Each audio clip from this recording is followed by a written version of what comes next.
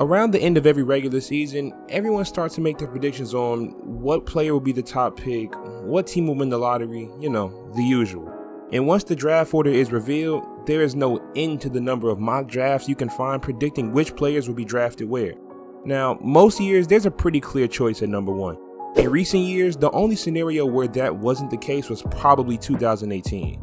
DeAndre Ayton was a great college player and he's been very productive on winning teams recently. He puts up all-star level numbers next to one of the best backcourts in the league, so this is no shade to him, but he shouldn't have been drafted over Trae Young and Luka Doncic.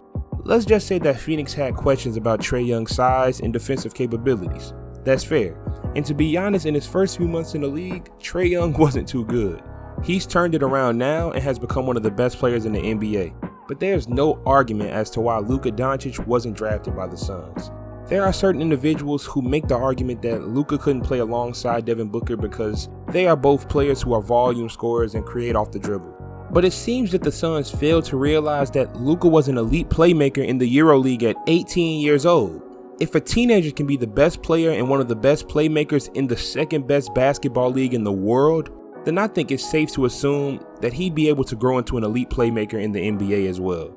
But I'm getting off topic. My point is, the top pick is normally something most people come to a consensus on. But this year, there was a big 3. Paolo Banchero, Chet Holmgren, and Jabari Smith. I was more of a Banchero guy because I think he'll be a more complete offensive player, but I don't think any of these 3 players would have been a bad pick at number 1. But there are always some feel-good stories in the draft. Let's go back a little bit. About a year ago, USA Basketball invited 27 players to a training camp. The camp's purpose was to select the 12 players that would represent the United States in the FIBA World Cup for basketball players 19 and younger. 19 of these 27 players were rated 4 or 5 stars coming out of high school. 25 out of these 27 went to schools in the Power 5 conference or Villanova and Gonzaga. So this is an exceptional group to choose 12 from. Out of the 12 that were chosen, 9 were 4 or 5 star recruits and 11 went to big schools. And as of 2022, 6 of them were drafted to the NBA this year. But there was one player who wasn't a top recruit and didn't go to a big school. That player is KENNETH LOFTON Jr. On 247 Sports, he was a 0-star recruit out of high school that decided to attend Louisiana Tech.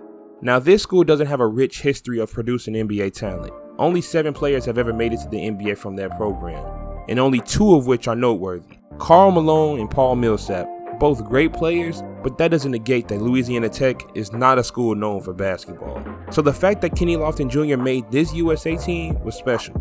But it was even more shocking that he was the team's best player. Against some of the best competition the entire planet has to offer, he shined the brightest.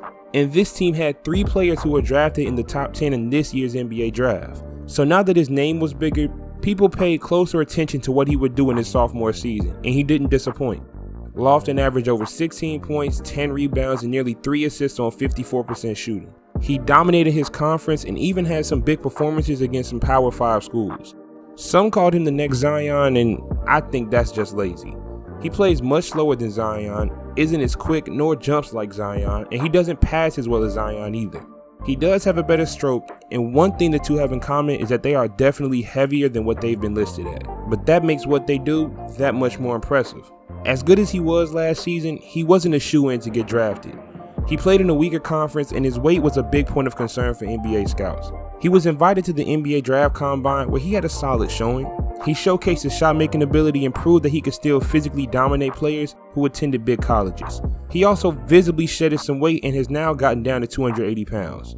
He went undrafted, but has had some great flashes in the Summer League against some of this year's top picks. If he can continue to drop some weight and add more ways to score, we may be able to look back and say that he was the steal of this draft class. And that's it for today's video. Please hit that like button, subscribe, and let me know who you think the steal of this year's draft is. With that being said, this is Big Tune, and thanks for watching. Y'all have a good one.